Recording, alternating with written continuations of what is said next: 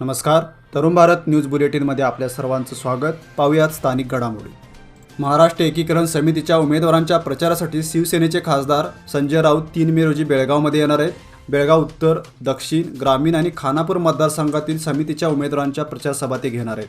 दरम्यान राष्ट्रीय पक्षांच्या स्टार प्रचारकांच्या यादीत महाराष्ट्रातील नेत्यांचा समावेश आहे. मात्र सीमावासियांच्या कायम पाठीशी राहणाऱ्या शिवसेनेने पुढाकार घेत संजय राऊत यांच्या प्रचारावर शिक्कामोर्तब केलं. त्यामुळे समितीला पाठबळ मिळणार आहे.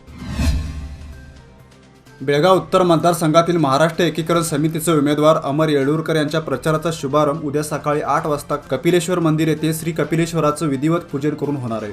शनी मंदिर येथे प्रचार फेरीची सांगता होणार आहे. सायंकाळी 5 वाजता फुलबाग गल्ली येथील सावंत बिल्डिंग पासून प्रचार फेरीला सुरुवात होऊन टिळक चौक येथे सांगता होणार आहे. दरम्यान या प्रचारात महाराष्ट्र एकीकरण समितीच्या कार्यकर्त्यांनी मोठ्या संख्येने सहभागी व्हावं असं आवाहन करण्यात आले. बेळगाव जिल्ह्यातून आज 47 जणांनी उमेदवारी अर्ज मागे घेतले. जिल्ह्यातून 360 उमेदवारी अर्ज दाखल करण्यात आले होते. त्यापैकी 25 अर्ज छाननीत अवैध ठरले होते. त्यानंतर अर्ज मागे घेण्याचा आज शेवटचा दिवस होता. दरम्यान शेवटच्या दिवशी 47 जणांनी निवडणुकीतून माघार घेतली. बेळगाव उत्तरमधून निवडणूक रिंगणात उतरलेले भाजपचे उमेदवार रवी पाटील यांच्या प्रचाराला आज सुरुवात झाली. सदाशिवनगर, आंबेडकर नगर, बेलदार छावणी परिसरात त्यांनी घरोघरी जाऊन मतदारांची भेट घेतली व प्रचंड मतांनी निवडून देण्याचं आवाहन केलं. प्रचारात मंडळ अध्यक्ष विजय कोडगानूर यांच्यासह कार्यकर्ते व समर्थक मोठ्या संख्येने सहभागी झाले होते. काँग्रेसचे बंडखोर उमेदवार अजिम पटवेगार यांनी आज निवडणुकीच्या रिंगणातून माघार घेतली. बेळगाव उत्तर मतदारसंघातून अजिम पटवेगार यांनी उमेदवारी अर्ज दाखल केला होता. दरम्यान केपीसीसी कार्याध्यक्ष आमदार सतीश जारकिहोळी यांना त्यांची मनधरणी करण्यात यश आलं असून अर्ज मागे घेतल्यानंतर त्यांनी राजू शेठ यांना जाहीर पाठिंबा दिला. शहर आणि उपनगरात विविध विकास कामे राबवण्यात येत आहेत. मात्र कपिलेश्वर कॉलनीमधील गटारीचं बांधकाम अत्यंत संथ गतीनं सुरू असून सध्या येथील गटारी कचरा आणि सांडपाण्यानं तुंबले आहेत. त्यामुळे दुर्गंधी पसरली असून येथील रहिवाशांचं आरोग्य धोक्यात आलंय. गटारीचं बांधकाम हाती घेऊन महिना उलटला तरी सदर बांधकाम अद्याप पूर्ण करण्यात आलेलं नाही. बांधकाम पूर्ण करण्यासंदर्भात महापालिकेच्या अधिकाऱ्यांना अनेक वेळा सूचना करण्यात आल्या. मात्र सदर काम महापालिकेच्या वतीने करण्यात येत नसल्याचं कारण पुढे करून हात झटकण्याचा प्रकार सुरू आहे. अलदगाव महालक्ष्मी देवीच्या यात्रेला उद्यापासून प्रारंभ होतोय.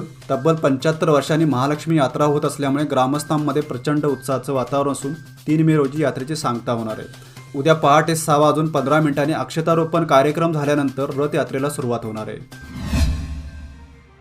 जन्मदात्या पित्याचंच शवविच्छेदन करून वैद्यकीय क्षेत्रात नवा इतिहास रचलेल्या डॉक्टर महांतेश रामण्णवर यांना नुकताच बसवभूषण पुरस्काराने सन्मानित करण्यात आलं. बागलकोट जिल्ह्यातील लोकापूर येथील समुदाय भवनात आयोजित बसव जयंती कार्यक्रमात हा पुरस्कार प्रदान करण्यात आला.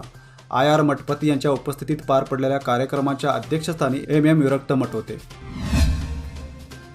राष्ट्रीय महामार्ग प्राधिकरणाने बेळगावच्या प्रांताधिकाऱ्यांच्या नावे नोटिफिकेशन दिलं होतं. शेतकऱ्यांना आपल्या हरकती दाखल करण्यास सांगितलं. त्यामुळे तालुक्यातील सर्व 32 गावांच्या शेतकऱ्यांनी त्याला विरोध दर्शवला. शेतकऱ्यांनी कोणत्याही परिस्थितीत आम्ही जमीन देऊ शकणार नाही असं स्पष्ट केलं होतं. असं असताना अचानक या रस्त्याचा सर्व्हे करण्यासाठी कर्मचारी पाठवण्यात आले. संती बस्तवाड वाघवडे परिसरात पोल लावले. त्यामुळे संतप्त झालेल्या शेतकऱ्यांनी त्या कर्मचाऱ्यांना चांगलेच धारेवर धरले आणि ते पोल काढून टाकण्यास भाग पडले.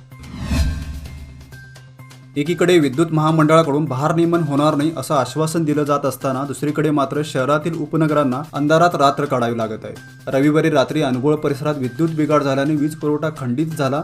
तो थेट सोमवारी सकाळीच सुरळीत झाल्याने संपूर्ण रात्र नागरिकांना अंधारात काढावी लागली. त्यामुळे हेस्कॉम प्रशासनाविरोधात तीव्र संताप व्यक्त होतोय.